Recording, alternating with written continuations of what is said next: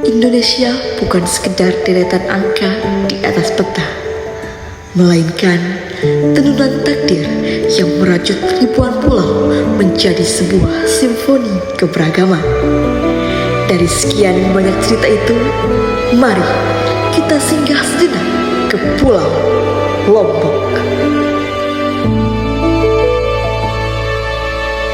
Tepat di lereng Gunung Rinjani, pada ketinggian 750 meter, ada sebuah tempat bernama Dusun Limbungan. Tepatnya, Desa Perigi, Kecamatan Suela, Kabupaten Lombok Timur, Provinsi Nusa Tenggara Barat. Disinilah berdiri Balai Sasak Limbungan, sebuah rumah adat yang lahir murni dari pelukan alam.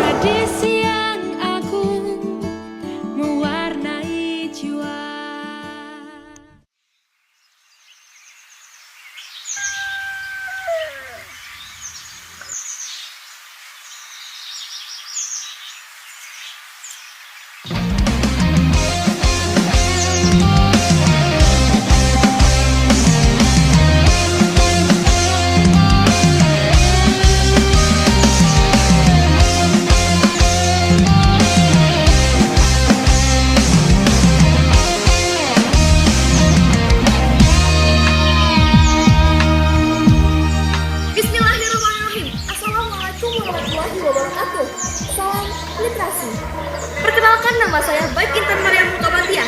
Saya ada di Kabupaten Lombok Timur. Di sini saya akan memperkenalkan tentang rumah adat suku Sasak, yaitu rumah limbungan.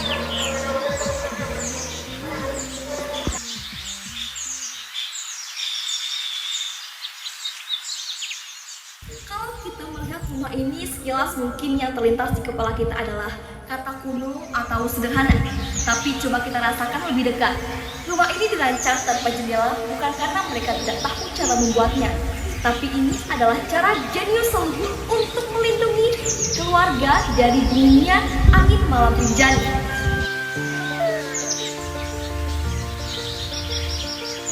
Lalu lihatlah lantainya. Lantai tanah ini dirawat secara berkala dengan campuran kotoran sapi dan getah pohon. Bagi kita yang terbiasa dengan lantai keramik bersih, ini terdengar tidak biasa. Tapi secara magis, formula alam ini justru membuat lantai bebas debu, halus dan sangat kokoh.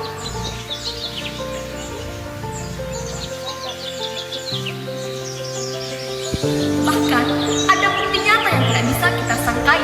Ketika gempa hebat mengguncang Lombok beberapa tahun lalu, saat bangunan beton mendadak retak runtuh, Balai Sasak Limbungan tetap berdiri tegak. Konstruksi bambu dan kayunya yang lentur justru menari mengikuti guncangan bumi. Alam menjaga mereka.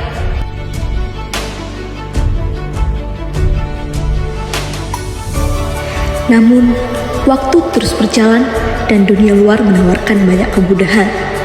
Di Limbungan, ada aturan adat yang kuat. Tidak boleh membangun rumah permanen berbahan bata dalam area permukiman. Siapapun yang ingin hidup dengan fasilitas modern, mereka harus melangkah keluar dari batas desa ini.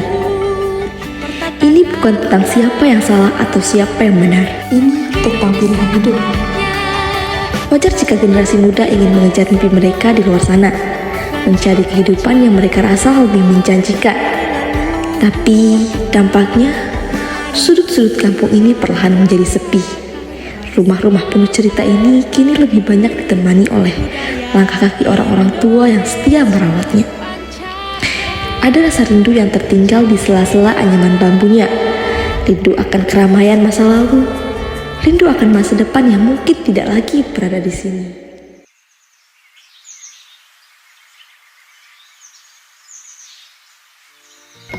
Lalu, bagaimana kita memandang hal ini?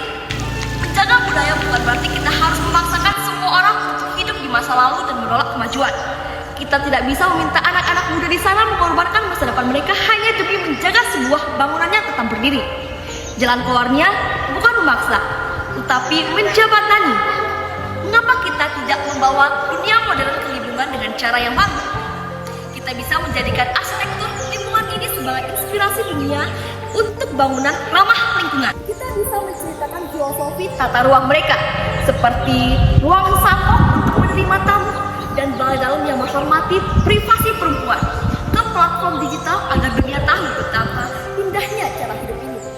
Budaya akan tegak dengan sendirinya ketika kita berhasil membuatnya terasa relevan dan membanggakan bagi generasi hari ini.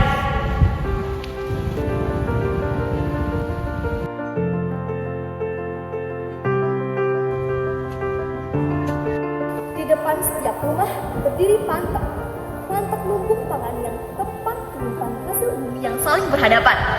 Pantak ini adalah pengingat bahwa selama kita saling peduli dan selaras dengan alam, kita tidak akan pernah kekurangan. Sebuah bangsa tidak akan kehilangan identitasnya hanya karena bangunan fisik yang menua. Tapi ketika mereka lupa dari mana mereka berasal, Balai Sasak Lingkungan bukan sekedar tumpukan kayu dan alang-alang.